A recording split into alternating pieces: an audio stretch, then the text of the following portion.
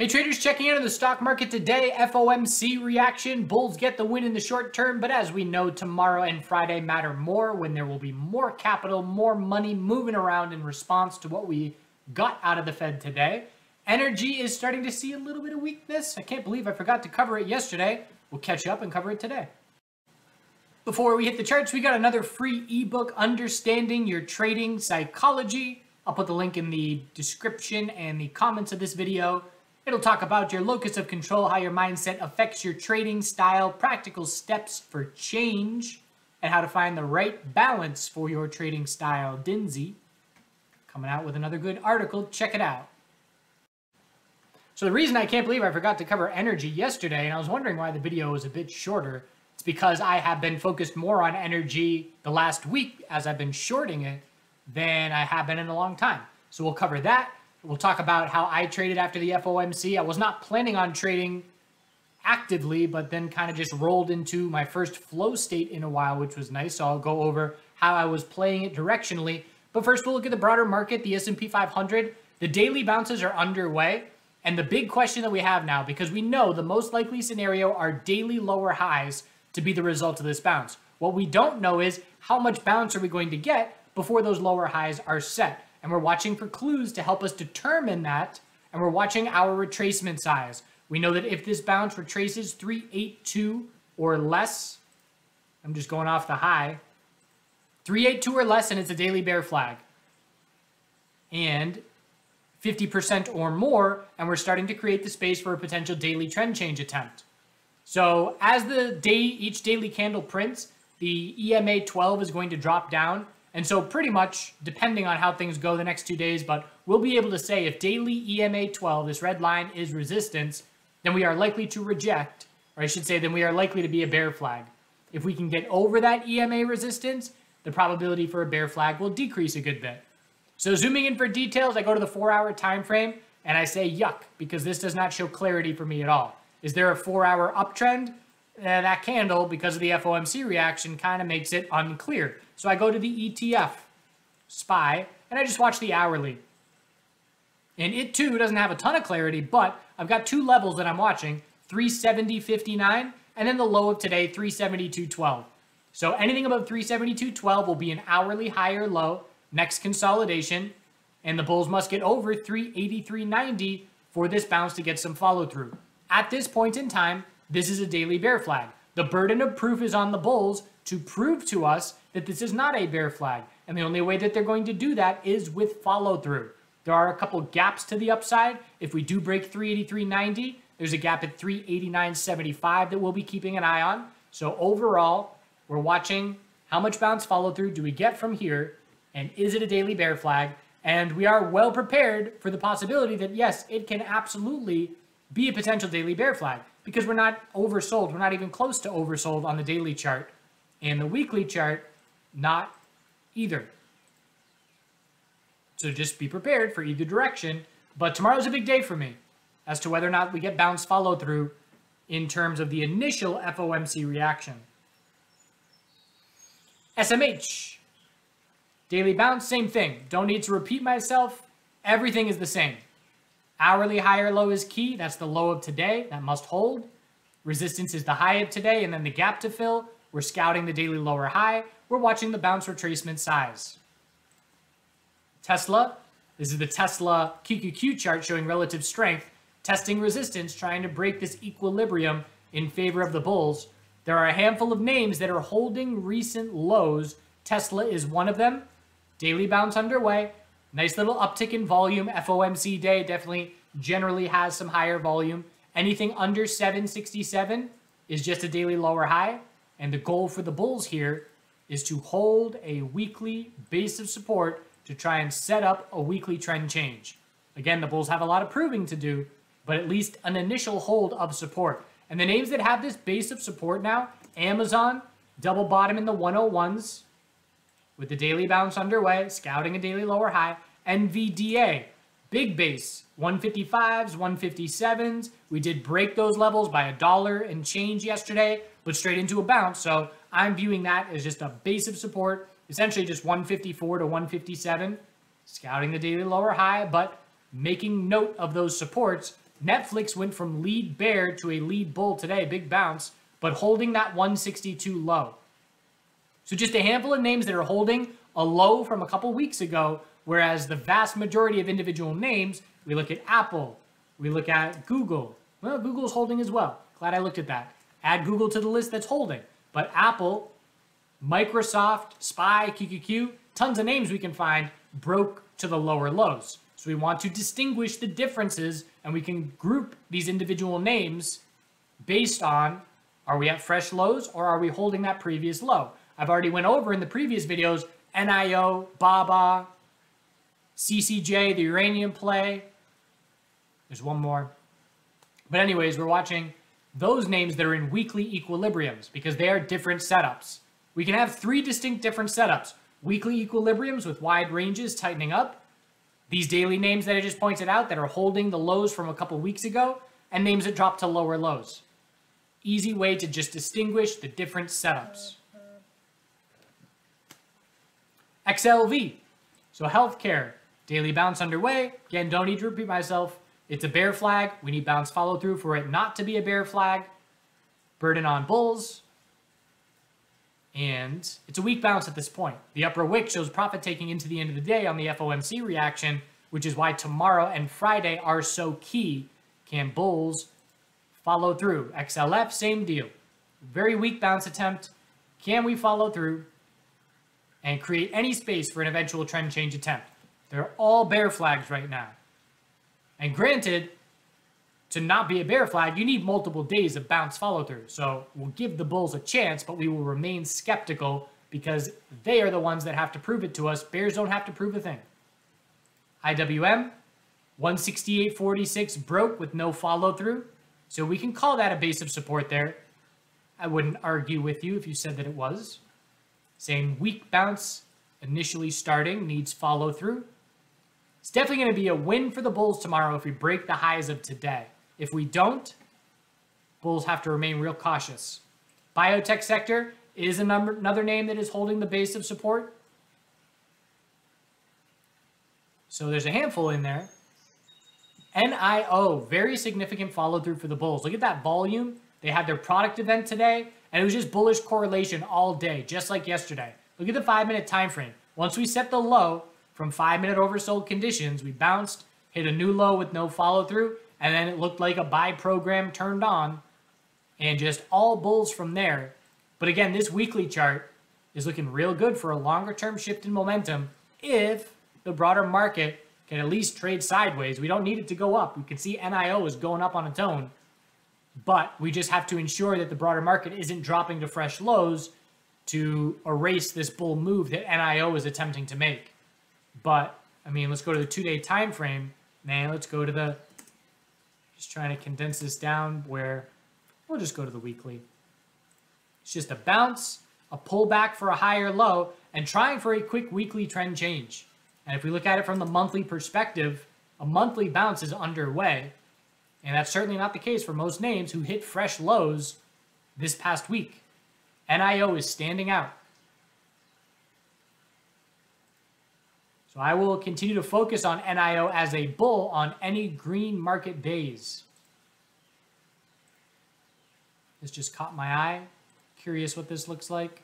We'll just keep an eye on that channel as a resistance level if it comes into play with some notable bounce follow through. And so that's what I did today on the FOMC reaction that I'll talk about here in just a moment. I was watching SPY. SPY was on my main monitor. And anytime I was looking for SPY to be strong, I was going bull NIO. And anytime I was looking for SPY to pull back, I was shorting the energy sector because one had relative strength and the other had relative weakness. And if we just look at what that looks like, NIO divided by SPY today, up 6%. And you compare that to XLE divided by SPY, and it was down 3.5%. So a clear lead bull and a lead bear. The dollar is potentially shaping up for daily consolidation. The 4-hour moved to a higher high and then lost support. Have to break 104.62 for daily consolidation to be underway. And then we will scout a daily higher low. Same thing with the 10-year, very similar setup. looks like daily consolidation is shaping up. Lots of space for the higher low, excuse me. And if we pull back further in the dollar and the 10-year, we'll be looking for the broader market bounce to get a little follow through as well. So keeping an eye on that. 10-year needs to break this inside bar bearish tomorrow for any bounce continuation, in my opinion. Metals, the bulls showed up today. I'm just watching this sideways range, and it's not a huge range. For gold, the percentage range here is only 5%. For gold, that's a significant amount. But we've been within this 5% range for over a month. So if you want to keep it simple, I do this lots of times where I'll just mark off the range that matters to me. And if I want to save some headspace and some brain power, nothing is changing on this chart as long as we're within this sideways range. If we break resistance, it'll be notable. If we break support, it'll be notable. Anything else, not really notable. And silver has the same sideways channel as well. Silver's range is larger because silver's volatility is more significant, but same deal. You know, if we're not breaking this range, nothing is changing with the setup from a swing trading perspective on the metals. Miners tried to bounce today, clearly weaker than the metals. So it already dropped to a lower low. So relative weakness in the miners. So on to energy. So the energy sector started selling off. And I talked about, well, I don't remember where I talked about it, because on the weekend videos, I make member-only videos. Anyways, I talked about the laggard bear action. We know in bullish market environments, these sectors run, then some profit taking and money moves all over to the laggards, the names that have not run yet, and then they start to run. We're seeing in this market environment the opposite. Bears take out these sectors, and then after those sectors are sufficiently down, the stronger sectors start to fall. And the biggest case, look at XLU. XLU fell off a cliff. Defensive sector, not the last week. Last 5 trading days, we fell off a cliff and confirmed a weekly downtrend, but a massive pullback in utilities. But that's an example of a lead bull up at all-time highs and still very strong while the broader market is pulling back significantly.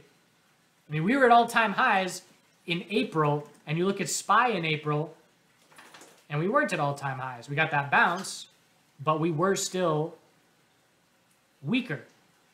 And so we rolled over in the utilities, and we're now in a weekly downtrend. And we look at the monthly perspective, and there's a potential shift underway. It's still a monthly uptrend, but again, we're watching, are we going to see the names that have been stronger start to show weakness as well as bears finish feasting on one corpse and move to the next?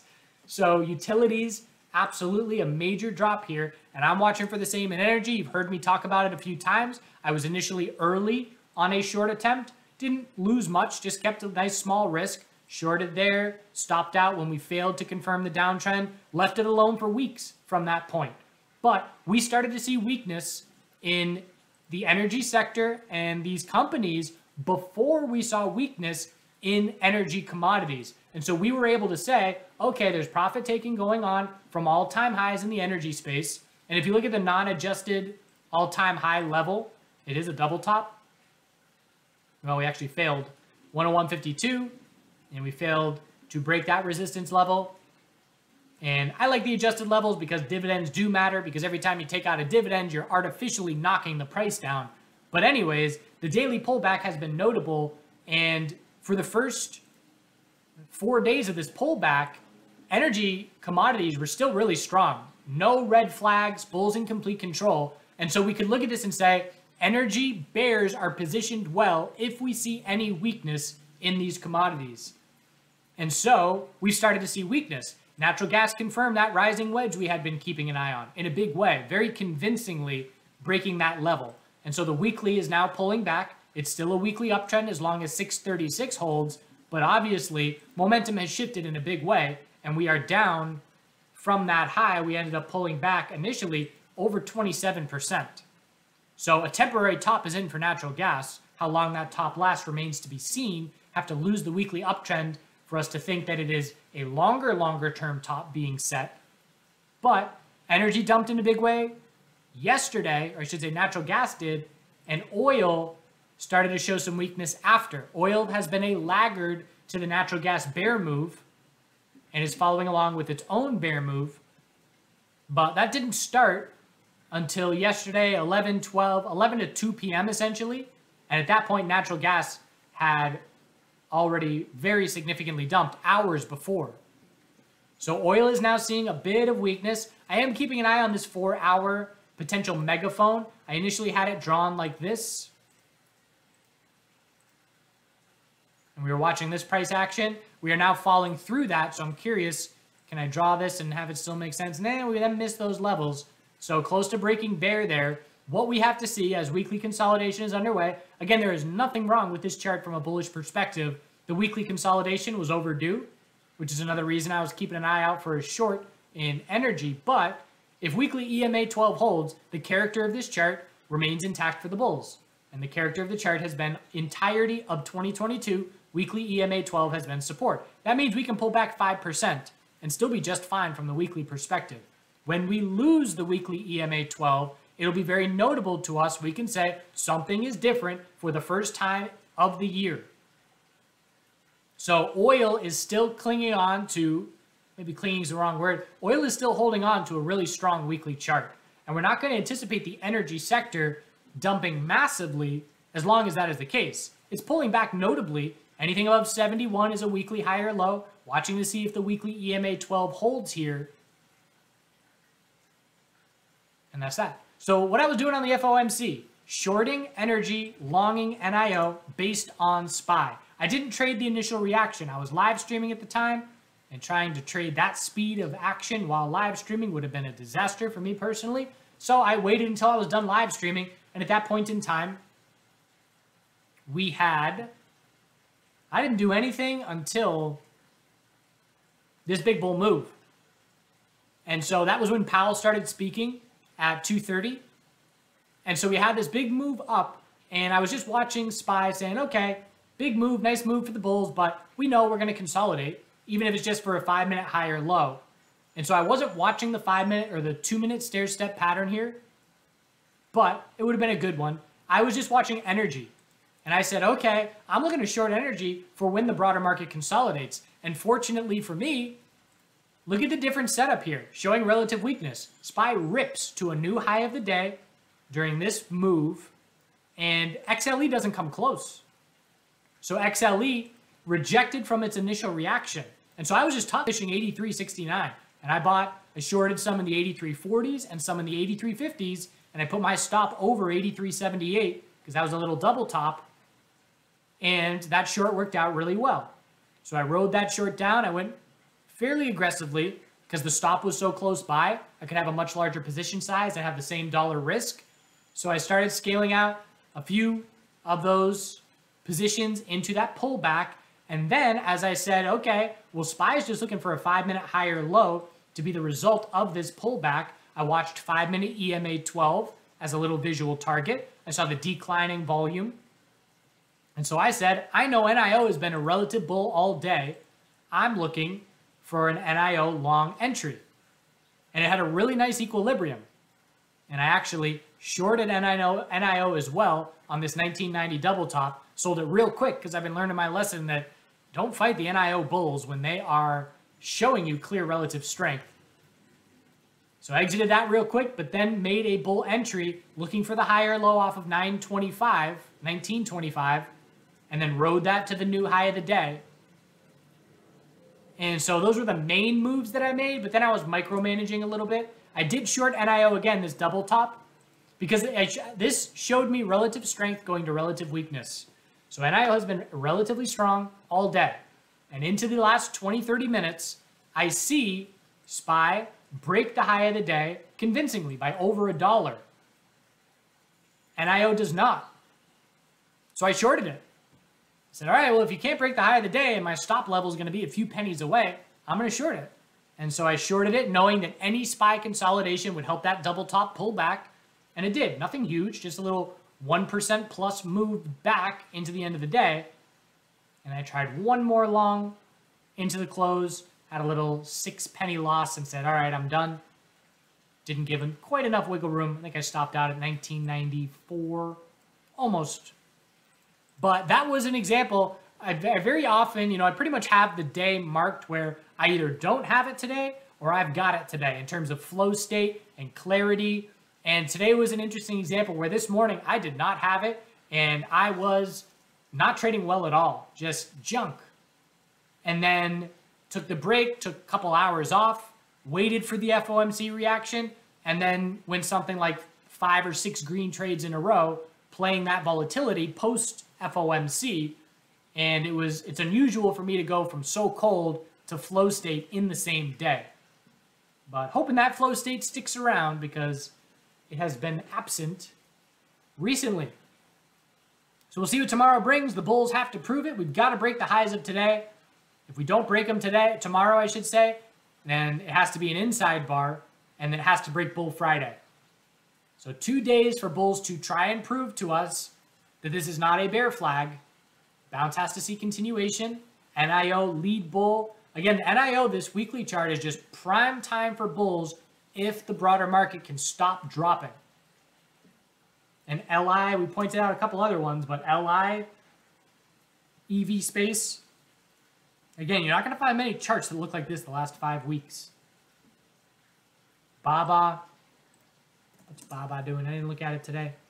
So it's still tightening up on the weekly, but bulls holding on.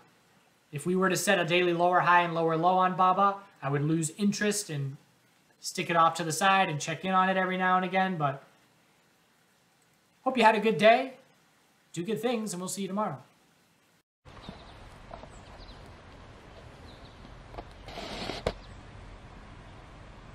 Butterflies enjoying the milkweed. It's one of the major food sources for monarchs. You can see the flowers are just starting. So we got echinacea and comb flowers. Those are probably 25% blooming. This is the time of year, pretty much mid-June to mid-July is when the flowers start to get, pretty much they peak. So these are just starting. It's about to get good. First zucchini of the year is ready to be harvested. Meant to harvest it yesterday. We were grilling. It would have been a good time. Cucumbers are doing well. They don't want full sun. They can get droopy. So I think this table gives them a nice little bit of shade halfway through the day. There's a clear leader. First tomatoes are coming on. Potatoes are going to start to die fairly soon. They're already spreading out, getting a little bit weaker in their stems. They eventually die, and then you harvest the potatoes a bit after that. Ooh, there's a... I didn't plant that. That's from the other year. This is a watermelon, or a melon, a bitter melon.